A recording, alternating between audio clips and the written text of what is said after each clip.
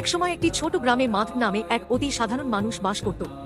মাধব খুব গরিব ছিল, কিন্তু মহাদেবের প্রতি তার ভক্তি ছিল অটল। অন্যদের মতো দামি ফল বা সোনাদানা দিয়ে পূজা করার সামর্থ্য তার ছিল না, কিন্তু তার হৃদয়ে ছিল অগাধ ভালোবাসা। মাধব প্রতিদিন সকালে চোখ বন্ধ করে মানসিক পূজা করত। সে মনে মনে কল্পনা করত যে সে কৈলাস পর্বতে পৌঁছে গেছে এবং পরমেশ্বর মহাদেবকে গঙ্গার পবিত্র জল দিয়ে স্নান করাচ্ছে।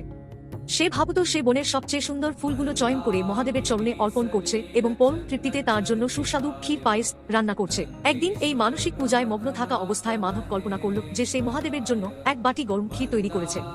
হঠাৎ তার মনে সংশয় জাগল, পায়েসটা কি খুব বেশি গরম হয়ে গেছে? মহাদেবের মুখ পুড়ে যাবে না তো? নিজের ভক্তিতে এতটাই ডুবেছিল যে সেই কাল্পনিক পায়েসের তাপমাত্রা পরীক্ষা করার জন্য সে সত্যি আঙুল বাড়িয়ে দিল।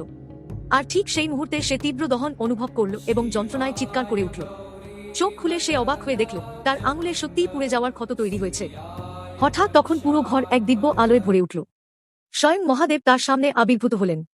মহাদেব মৃদু হেসে বললেন, মাধব, মানুষ আমাকে দামি মন্দির আর আড়ম্বরপূর্ণ অনুষ্ঠানের মাঝে খোঁজে, কিন্তু আমি তো তোমার পবিত্র চিন্তার মাঝেই ধরা দিয়েছি।